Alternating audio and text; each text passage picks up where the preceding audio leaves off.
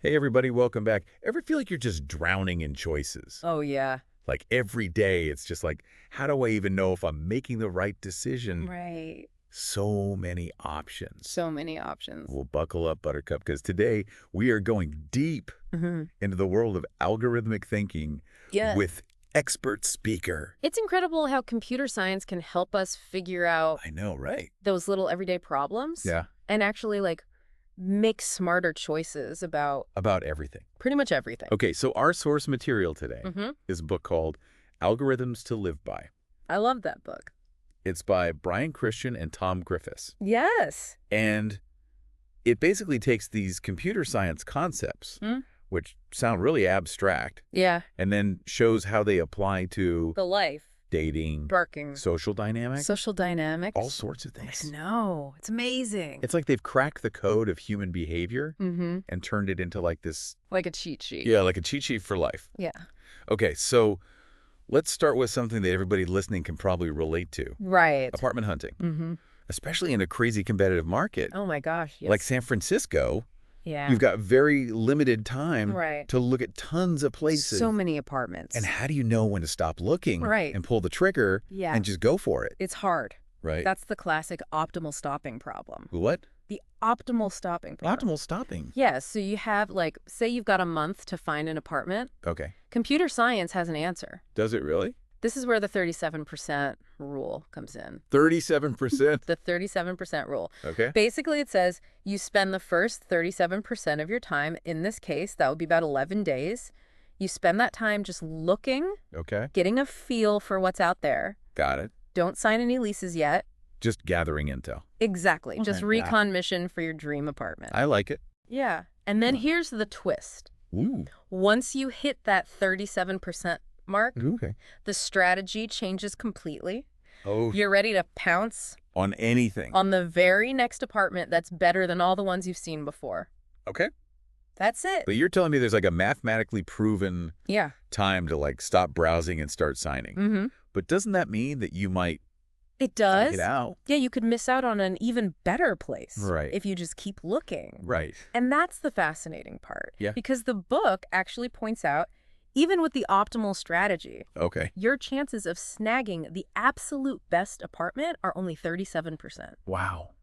There's always going to be... You're basically well, failing going to miss out. no matter what. You'll fail most of the time. Oh, that's kind of depressing. I know, it's a little... So why even bother with the 37% if you're Right. probably going to fail anyway? Yeah. Well, because it's all about maximizing Okay. your chances of success. Okay. So it's your best defense Yeah. against choice overload. It's like a calculated risk. Okay. You know, you're balancing that FOMO Yeah. with the need to actually make a decision. You got to make a decision. Yeah. Okay. That makes a lot of sense. Right. And what I love is how... And what's cool Yeah. is that it's not just about apartments. Oh. It's about so much more than that. Okay. This principle goes way beyond just finding a place to live. Like what?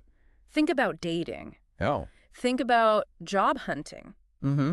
Even deciding when to park your car. Oh, wow. The 37% rule can help you make these decisions. That's amazing. Yeah. It's all about figuring out when good enough is actually Right. like the best choice. The optimal choice. The optimal choice. Yeah. I like that. That's a good takeaway. I'm already rethinking my entire Uh-huh. like approach to decision making. Yeah. But what about those situations where it's not just about finding Right. like the best option? Mm-hmm. It's more about Balancing the familiar. yeah, like the stuff you already love Yeah. with discovering something new. Right. Like how do you decide between Like your favorite restaurant. your favorite restaurant and trying That new spot. that new spot that everyone's raving about? Right. Yeah. That is the classic explore-exploit dilemma. What? The explore-exploit dilemma. Okay. So computer science Yeah. uses something called the multi-armed bandit problem. The multi-armed what? The multi-armed bandit. Bandit.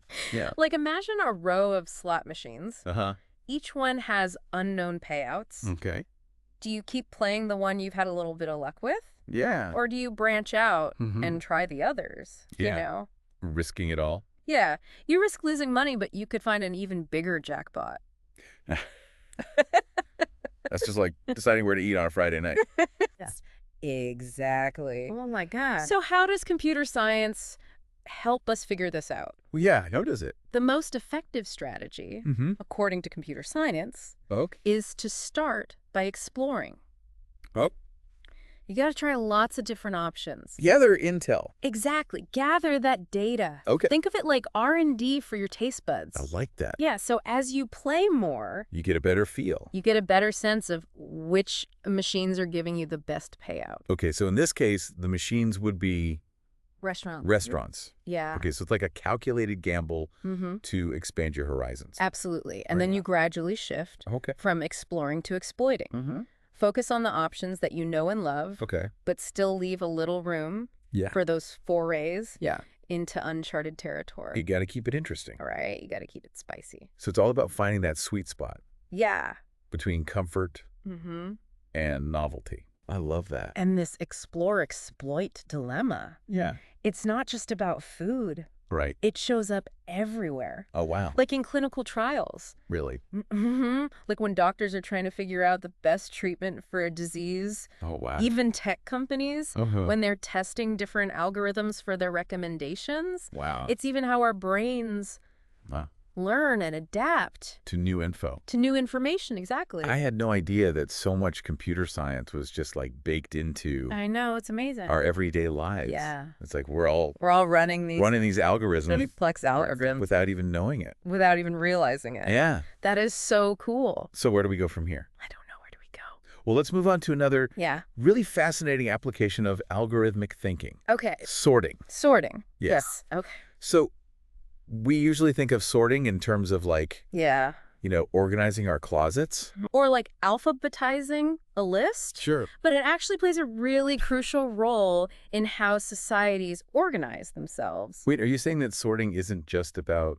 It's not just about tidying up. Okay. No. So like what else? Think about sporting events. Okay. They're essentially giant sorting algorithms Oh, wow. designed to figure out the best teams. Our individual. Or individuals, exactly. Wow. Or pecking orders in animal groups. Oh, yeah. They reflect this problem of Okay. figuring out rank and hierarchy. Interesting. Even something as seemingly random Yeah. as online poker Really? reveals these underlying sorting algorithms. So even chaotic systems. They have a hidden order to them. Whoa. Yeah, it's pretty amazing. That's kind of freaky. I know, right? But also cool. It is cool. So by understanding how sorting works, we can... We can understand everything. Like what? From efficient organization Uh-huh. to the structure of society. Wow. It's like we're uncovering the secret code. That governs how things fall into place. Okay. I am officially hooked Hmm? on algorithmic thinking. It's so It's fascinating. like seeing the world through a whole new lens. It is. It is. I love it. And the best part is, we're just getting started. Oh, really? There's so much more to explore Okay. from the way our brains use caching, Caching. yeah, to how scheduling algorithms can help us Uh-huh. conquer those never-ending to-do lists. Oh, man. Don't even get me started on the to-do list. Yeah, we've all been there. I can't wait to dive deeper. Me too. It's going to be great. This is already blowing my mind. I know, it's so cool. I love it. It's really fun stuff. It is. It's amazing, though, how even something as mundane as, like, our brains can function, like these Yeah, right. sophisticated computer systems. Mhm. And remember how we were talking about caching? Well, our brains are constantly using that to Wow. decide what information to keep, like, readily accessible. So it's like our brains are running their own version of Google's search algorithm, Yeah. like constantly indexing and ranking Uh-huh. all the information based on like relevance Right. and how often we use it. That's a great analogy. Yeah. Yeah, and just like a computer uses RAM Okay. to store, like, frequently accessed data, Uh-huh. our brains have this kind of, like, mental RAM. Mental RAM. Yeah. Okay. That allows us to quickly recall information that we use all the time. All right. Think about it like if you just used your blender yesterday. Uh-huh. Chances are you're going to remember where it is Exactly. without even thinking. Without even thinking about it. But that waffle iron you haven't touched in months. Oh, yeah. Yeah. That one's buried. Might need a little more mental digging for that. Yeah. Yeah. That's in the back of the cabinet somewhere. Exactly. Okay, so if I want to remember something important, Mm-hmm. I just need to like use it more often. Pretty much. Yeah. Like I'm building You're building. a mental shortcut. Yeah, like a mental pathway to it. Oh, so yeah. the least recently used algorithm, Okay. which is a popular one in computer memory. Right. It suggests that the things we'll need in the future are probably going to be the things we've used recently. So your brain's like casing a bet on what you're going to need next. Exactly. Okay, cool. That's so cool. So it's Yeah. not just about like cramming info No, into our heads. it's about using it strategically. Okay. Yeah, to keep it fresh. Okay. That's a game changer for learning. Right. Okay. It's a good one. And this principle Yeah. can also be applied to like how we organize our physical spaces too. Oh, really? Yeah. Yeah. Like what? Think about your closet. Okay. If you arrange it so the clothes you wear the most Yeah. are easiest to access, you're basically, Like I'm using a caching algorithm. yeah, you're applying a caching algorithm to your wardrobe. So I can actually use computer science to declutter my life. Pretty much. That's amazing. Okay. It's kind of cool, right? So speaking of organization, let's talk about Yeah. my to-do list. Yeah. Always a constant battle. It never ends. It never ends. Like, To-do list is always there.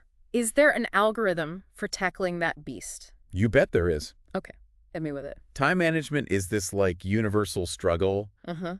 but luckily computer science has come up with Yeah. some clever algorithms to help us kind of conquer it. Okay. I'm all ears. Okay, so one popular approach is Uh-huh. the earliest D-date algorithm. Earliest due date. Okay, Okay. as you might guess. Yeah. It prioritizes tasks based on their deadlines. Makes sense. So it's good for like minimizing lateness, Okay. which is super important for things like paying bills or meeting deadlines. Right. But what about those like someday goals? Yeah. The ones that never seem to make it Right. They just to linger. the top of the list. Exactly. Yeah. That's where you might want to consider a different approach. Something like the shortest processing time algorithm. What? The shortest processing time. Okay. So this one focuses on completing the quickest tasks first Okay. to kind of like get them out of the way. Get them out of the way. And it's surprisingly effective. Really? Yeah, for tackling those large workloads Okay. because you get that feeling of accomplishment. You're like checking things off. Yeah, you're checking things off. You see those smaller tasks disappear. I like that. It's very satisfying. So it's like clearing the mental clutter Yeah, to make room for the right. bigger stuff. Exactly. It's like paying off your smallest debts first. Uh-huh. So it frees up like mental and emotional bandwidth Okay. to focus on the larger ones. So it's not just about speed. No, It's about strategy. it's about strategic prioritization. Okay, but how do you know which algorithm Right. is the best fit That is a great question. for a particular situation? Yeah, that's where it gets really interesting. The key is to choose an algorithm that aligns with your goals.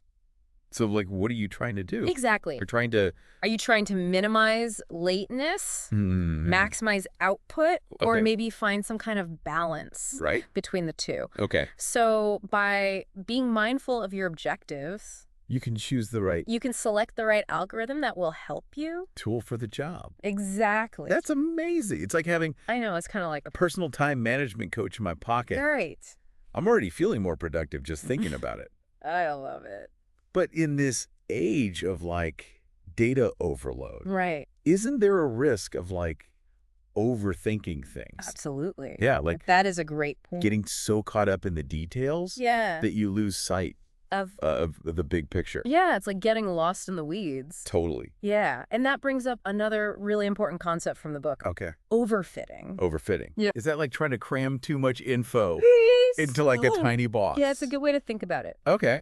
So in the world of computer science, Yeah. overfitting happens when you create a model Yeah. that's so specific Okay. to the data that you've trained it on Uh-huh. that it doesn't work well with new data. It's like memorizing the answers Yes. for a test, Uh-huh. but not actually understanding the concept. You got it. It's Yeah. like creating this super detailed map Okay. of your neighborhood Uh-huh. and then getting hopelessly lost when you try to use it in a different city. I've totally been there. We've all been there. Okay. It happens all the time in real life, too.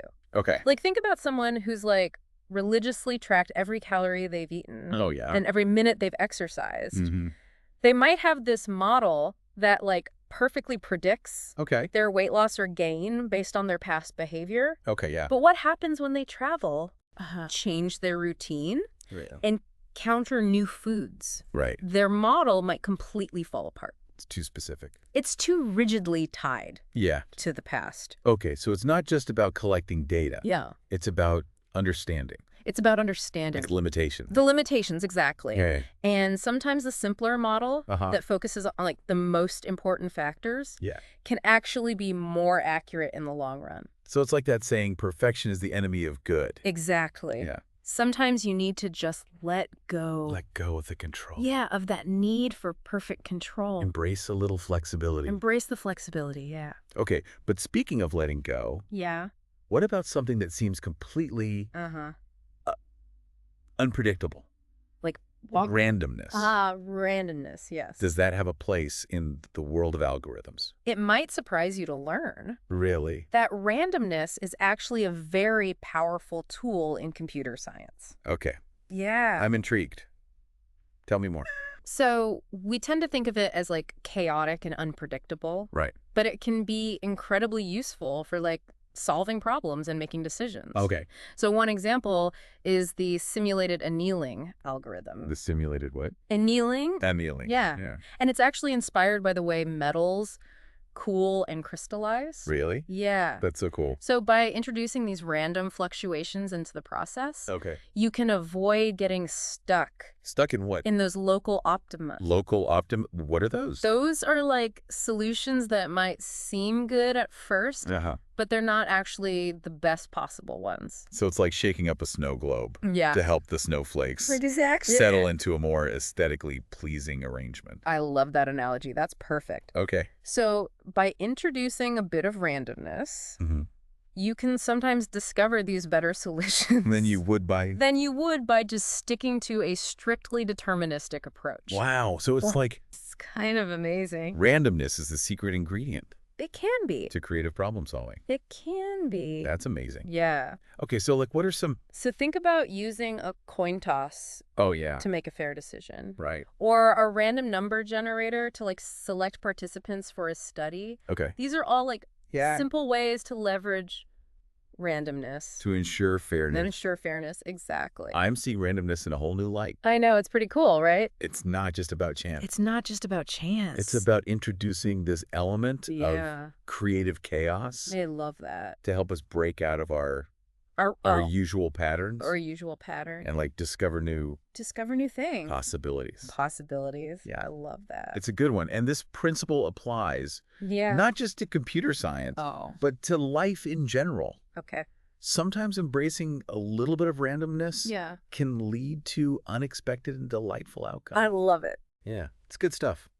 Okay, so we've talked about like algorithms and systems, Yeah, but how does all of this apply to something right. as complex and unpredictable as like human behavior? That is where things get really fascinating. Okay. So human behavior might seem Yeah. chaotic and irrational At times. at times, Uh-huh.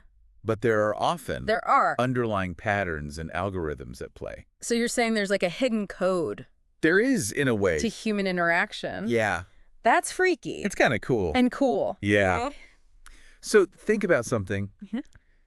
as simple as like deciding where to sit Okay. in a crowded coffee shop. You mean like right now? Yeah, exactly. Okay. You might not realize it, Huh? but you're probably running a series of algorithms in your head. Really? Yeah, you're assessing like the available seats, evaluating the proximity to other people, Right. factoring in things like noise levels and lighting. I never thought of it that way. Yeah, it's like But it's true. I am subconsciously running a simulation you are to like optimize my... to optimize your coffee shop experience. Yeah, Exactly. Yeah. Okay, and are these same? And those same algorithms are at play Yeah. in all sorts of social situations. That's like, what? like navigating a party, Yeah. negotiating a business deal. Really? Mm-hmm. So by understanding these social algorithms, can we actually become like We can. better at interacting with other humans? Absolutely. Okay. Yeah, the book actually talks about Uh-huh. how algorithmic thinking can help us understand everything Like what? from the dynamics of online communities Okay. to like the spread of rumors and ideas. Wow.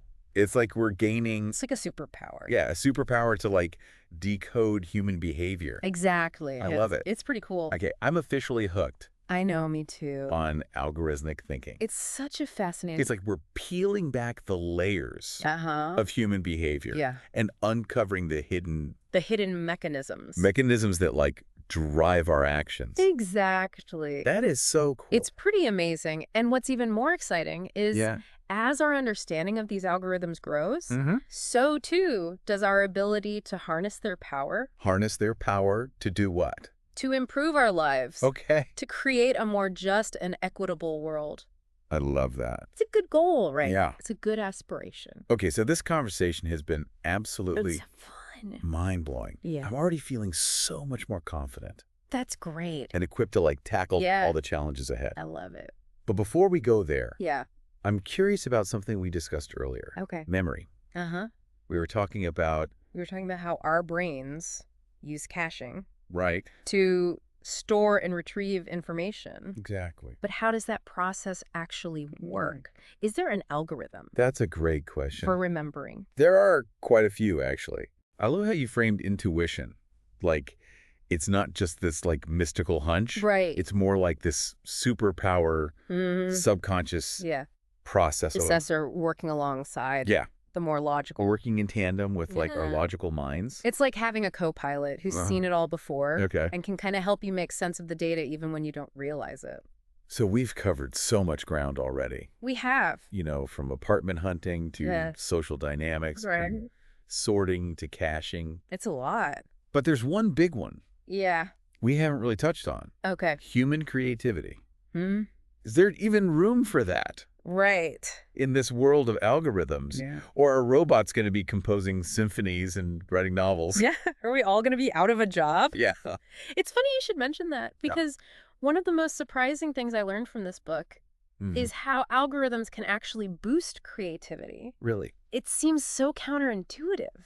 I know algorithms are great at Yeah. crunching numbers, finding patterns, Patterns, exactly. but creativity seems so much more Human. human. Exactly. But think of it this way. Okay. Algorithms are really good Uh-huh. at generating novel combinations Okay. of existing ideas. So it's like those AI art generators that create those Yes, wild, surreal images. they can explore these possibilities Okay. within a set of constraints that we might never think of ourselves. So How it's about like your having, friends? It's like having a brainstorming partner who just throws out the wildest ideas. and some of them are actually good. And some of them are actually brilliant. I like it. Yeah. So it's not about algorithms replacing human creativity. It's about them working with us We're working together. to push the boundaries of what's possible. Exactly. And this collaboration Yeah. isn't limited to just visual arts. Oh. We're seeing algorithms being used in music composition. Writing even scientific discovery. That's amazing. It's like having this AI muse Yeah. whispering new ideas in your ear, love that. helping you explore uncharted territory. This is making me think about that explore, exploit Yeah. dilemma again. It's like algorithms are helping us Right. explore this vast landscape Yeah. of creative possibility. Exactly. And then we as humans get to we get to exploit them. exploit those ideas Yeah. and turn them into something Turn them into something real and meaningful. beautiful. I love that connection. It's Yeah. perfect.